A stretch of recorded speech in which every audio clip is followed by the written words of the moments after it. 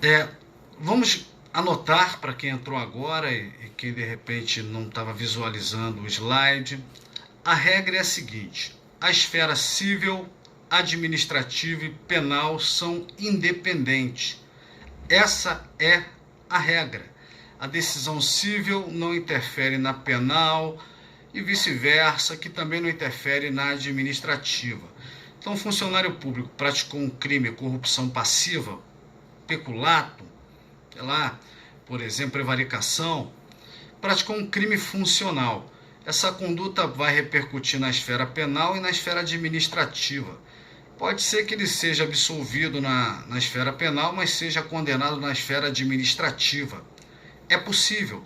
Essa é a regra. Independência das instâncias. No que tange a esfera criminal e a civil, é a mesma coisa. Em regra, as instâncias são independentes. Uma não influencia a outra.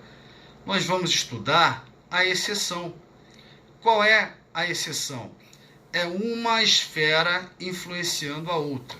Vamos dar uma olhada aí nesse slide, que agora está aparecendo. Interação entre as esferas civil e penal. Há dispositivos, meios de promover a interação entre as esferas civil e penal. E aí no artigo 91, inciso 1, trata dos efeitos extrapenais de natureza civil de uma sentença penal condenatória. Lembra do exemplo que eu comecei a trabalhar logo no início da aula? Caio furtou uma joia de Mévia. Essa joia vale 50 mil reais. Além do crime da responsabilidade penal, a vítima está no prejuízo, que a joia sumiu, não foi recuperada. E aí, ela vai ficar no prejuízo? Não. Ela pode entrar com uma ação civil, chamada ação civil ex delicto, para que convença o juiz civil de que o Caio lhe deve algo em torno de 50 mil. Agora, ela tem que convencer o juiz civil. O juiz civil poderia entender que não tem prova suficiente de que o Caio foi o autor desse dano, que provocou esse dano. Porém, se já houver uma sentença penal condenando o Caio pelo furto da joia de 50 mil reais, o Caio já vai estar também meio que condenado na esfera civil. Vou explicar melhor, de maneira mais técnica.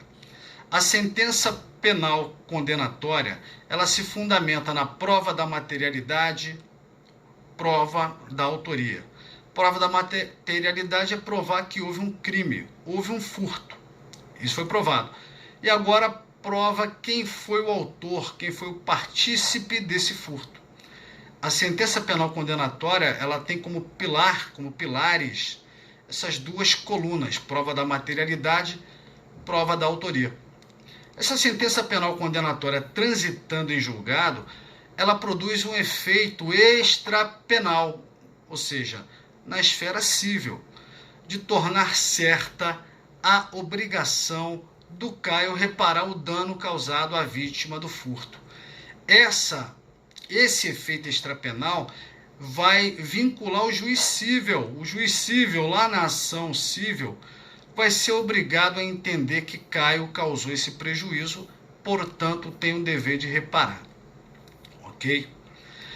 Outro detalhe que está aí no slide, artigo 387, inciso 4, do CPP, está faltando um P aí, não é Código Penal não, é Código de Processo Penal. Se vocês derem uma lida embaixo eu coloco o correto, CPP. Então, vamos dar uma lida. Inclusive, o juiz penal, ao proferir a sentença condenatória, deve fixar valor mínimo para a reparação dos danos causados ao ofendido. O CPP foi alterado, essa redação não é original, não é a redação de 1941. É uma redação dada ao 387 em 2008. E lá obriga o juiz civil, melhor, o juiz penal a se imiscuir na matéria civil, porque ele deve fixar um valor mínimo. Se a vítima entender que o dano foi maior, que ela merece uma reparação maior, aí ela busque essa diferença lá no juízo civil, ok? Vou dar um intervalo.